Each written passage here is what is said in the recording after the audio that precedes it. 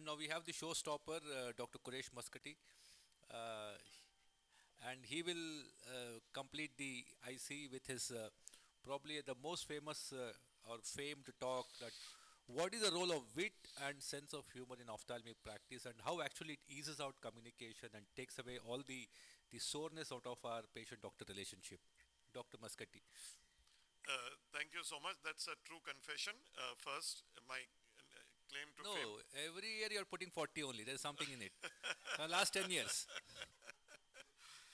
That's why I said over 40 years. So now that is applicable. I just heard the good news from a colleague of mine who was 1 year junior to me in medical college, has after 39 years of a love marriage has actually found somebody else and has moved on. So there is still hope. I might say then next year married for 1 year or something. But do we need this sense of humor in our practice? Because ophthalmology is no laughing matter, and you try and trivialize somebody comes with pain and you hoo, that will really put off the patient. So do we really need to be humorous or use wit or humor or be very serious and give the impression that you know everything with so much of wisdom that you have? So why is it necessary to have a sense of humor and some amount of speaking skills? When a patient comes to you, many times he has come to you because he's been frightened by some other eye surgeon. He has gone for LASIK to someone, and that person has been so meticulous. He has done an indirect ophthalmoscopy and he has found 1.5 small holes somewhere, and he has told him LASIK is not for you. We have to barrage this and we have to cryo this or we have to laser this, and then we don't know, you might get retinal detachment, and all sorts of things have been told to that patient. So he's come to you frightened. These are some of the patients. Some of them will be frightened by what you are about to tell them. If he is the first person, he's come to you first and you've seen the same thing for the first time, you might want to frighten, not want to frighten, but inadvertently you might frighten the patient such that he will go to somebody else. So we need to put the patients at ease. If the patient is at ease, before you start talking to him about his eye condition, he'll be more receptive to what you're saying, because he's come to you, he's tense. He's worried either because somebody's made him tense or his relatives have made him tense, that what is happening, you got red eye, 5 days you haven't done anything. It could be a subcongenital hemorrhage. But for 5 days, 27 relatives have told him that ye aankh laal hai, tum doctor ko nahi dikhaya. So he's already tense about what is going to happen. So put the patient at ease. So first thing you do, if a subconjunctival hemorrhage patient walks in and he says this, so put him at ease. Nothing is going to happen to you, your eye is fine. So start with something like that, he'll be more receptive to everything else. And remember, at least in the beginning when I had a huge competitor across the waiting room, in my practice when I started, there was this gentleman called Dr. B.T. Maskati, who was sharing the same waiting room and same secretary with me. So I had huge competition. I relied on my speaking skills, that I had half an hour to convince the patient, while Dr. B.T. Maskati had 3 minutes to convince, because he had 30 patients waiting, I had 3. So use that deficit that you have as your strength. So before your surgical skills become known, people don't know how great a cataract surgeon or glaucoma surgeon you are. But your speaking skills, you've got more time, use that time, spend time. Don't bug out the patient from your clinic because you've got nobody else waiting there. You have to read a novel after that. So you might as well spend more time with the patient. Therefore, your speaking skills have to develop, because that will set you apart from a busy competitor. Explain with examples so that they can understand. Don't be in a rush to use fancy gadgets like people have a laptop there, an iPad, they put the iPad on, see the eye, this is the picture of the eye, this is your retina, this is this. I don't use that.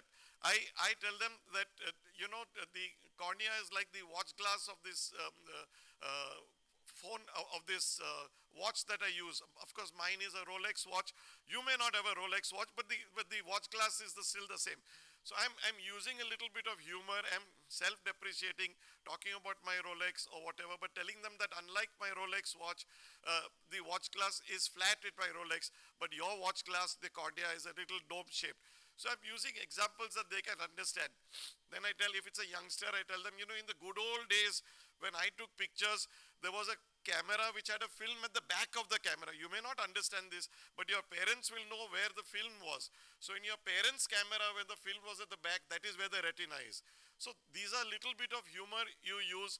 You can easily show a picture of an eye there, but explaining with things like that gets them a little more jovial and therefore more receptive. You can use models, you can use color atlases, you can use software on treatment, but the humor should be very subtle. So this is the type of humor that I'm talking about. So comparing it with a camera, with the retina at the back, and telling them that you only use mobile cameras, but there were other cameras in those days, and things like that. So gets them into the thing. You don't have to tell jokes. Please never tell patients jokes, because it is out of bounds. It has got nothing to do with the subject, and they think you're a joker. So using humor and telling jokes are two different things. So not a single joke should ever come out from you, no matter how free you are. So let's take a few practical examples. So if patient comes to you for cataract, doctor, is my cataract ready for surgery?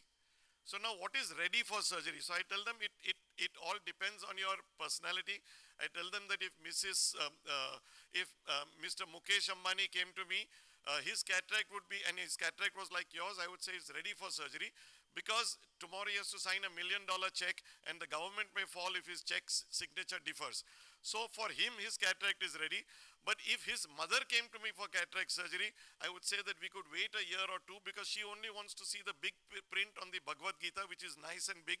She's not interested in TV. So for Mrs. Kokilaben Ambani, it's not ready for surgery. So I convey to them that cataract being ready, I can operate your cataract at any time. I don't tell them even when it's not there. But I say that I can operate your cataract at any time, but it needs to be your choice. So I said in the previous days, we used to have mature cataracts where you couldn't see the fingers in front of your eyes. That time my father used to say, get the cataract surgery. And until then he would say, come back next year. I said, because we were afraid that breaking the cataract in the eye would cause all the lens material to strew out, and therefore we would wait until it was so stuck to the capsule that I could pull out the whole cataract. And I compare that to a shop. Usually a lady comes with a purse, and I pick up that purse and say, it's like your purse. If it's well stuffed inside and I pull the contents, the purse also comes out. We wanted the purse with the contents.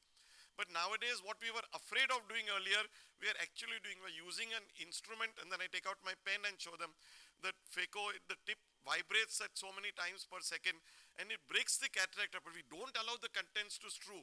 We suck it all out before that happens. So the technology has changed. So we can operate you tomorrow, but it's your choice. So then I tell them the truth, but I tell them that, and I said, if you're unhappy with your vision, we can operate it earlier. Next question. Doctor, you'll be doing my surgery by laser, no? Now, their concept of laser is different from your concept of laser and our. So I tell them that what people commonly call, I don't have femto. So I tell them that I convert that into my strength. So I tell them that what people normally call laser is what I'll be using. But I said people don't know how to pronounce such long words like phaco emulsification. So they use a 5-letter word called laser, which means the same thing to most people. If you there is actually a small segment of my eye surgeons who actually use a physical laser. As of now, I don't see the advantage, so I don't have it in my practice. So I'm telling them absolute truth that I don't have the laser. If I were to have it in my practice, I would be operating you in, doing laser in one room, then putting putty on your eye, then physically picking you up and putting you in another room, and then proceeding with the rest of the surgery, which is phacoemulsification, which at the end of the day will give the same results. So I'm not downgrading anybody. I'm giving them facts. I'm telling them I don't have this machine. As of now, I don't see the advantage, because I'm leaving it myself open. Tomorrow, if I purchase a femto, my story will be different. But as of now, stick close to the truth, but use a little bit of humor. Doctor, which IOL is best? Now, either you have a counselor like Madhav Ambekar has. I don't have a counselor. I do everything by myself. So which IOL is best? So I tell them that, look, when you go to a restaurant and you ask for kali dal or you ask for yellow dal, you are the master because you've tasted both. So you know which is better. Even if the waiter tells you that kali dal is 100 rupees and yellow dal is 150, you will choose the yellow dal because you like the taste more, irrespective of the price. But I said, if I were to tell you that you want IOL X or IOL Y. X is 100 rupees, Y is 150. You will turn around and say, doctor, which one do you think is best? So I said, leave it to me. I'll put the best IOL possible for your eye. Forget about it. This is the package. I have a single package. I have a single package for monofocal and I have a single package for premium. So I tell them that this, first we discuss monofocal versus multifocals and all that. If they are 90% of the patients are for monofocal by the time I tell them the price. So then it's in monofocal, we don't discuss brand. 95 to 99% of my patients only know which IOL has been put in the eye when they receive the sticker. So they don't know whether it is going to be Alcon or Rayner or whatever. So depending, when they bargain with me, so I tell them that my package price is this. Now my package price which I'm quoting is for a imported IOL. They bargain, नहीं doctor साहब हम तो अभी taxi चलाते हैं, हम अभी 2 महीने से बंद है. So in my mind I have downgraded it and chosen. So I tell them, all right, for you as a special, this thing is a concession, we'll do it in X divided by 2 price. So I have given them 50% concession. I have changed the IOL in my mind, but it's all in my mind. Don't worry, I will use the best possible IOL for you. And then you do no wrong. So stick to as close to the truth as possible. You will use only drops anesthesia, no? Because they've heard of topical anesthesia. Now I don't do topical.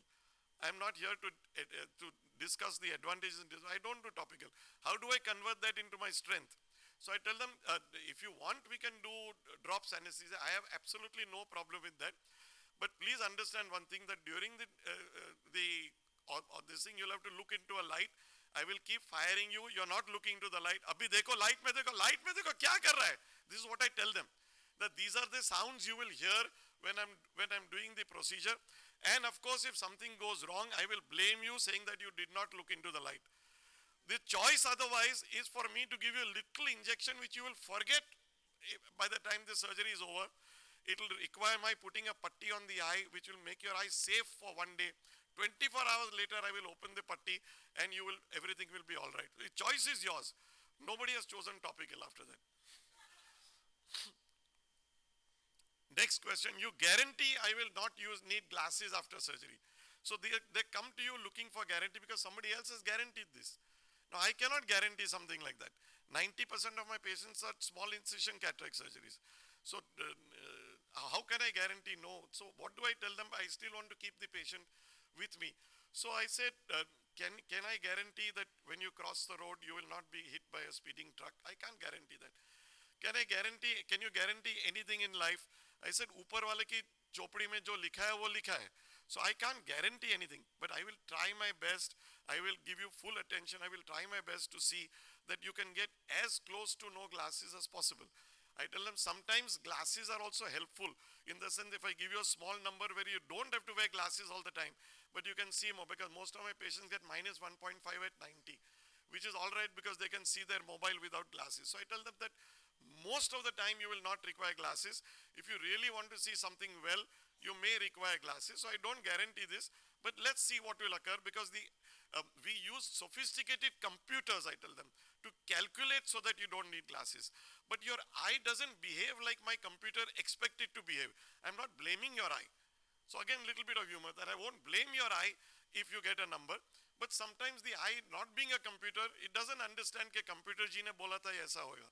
So you get a little bit of number, but that's only to see clearly. So convert your weaknesses into your strengths. Don't lie to your patients, but use humor to cover the gaps. So we have time, you tell me. Okay. I think the next session is, there are people already here. Okay, fine. So you can see this in different situations. Maybe where they come out with all sorts of, I'll sum up. 1 minute. Yeah, so you find this in different situations where people will ask you questions like this, and you need to use humor to restore this. Again, the capsules for ARMD. So they ask me, will this cure my ARMD? And I tell them, look, the pharma company also has to survive. So please use their capsules. They are saying that it will help you. It will prevent your retinopathy, macular degeneration going up. Let us trust them. Buy shares in the company if you are using it for more than 10 years. So things like that. So you use this, and Just imagine patients asking you questions and dream up some of these answers like this. And this is of course only meant to guide you. Everyone has their own individual way of talking. So as Madhav also said, smile when they come in and smile when you say thank you to them when they are leaving. Thank you so much.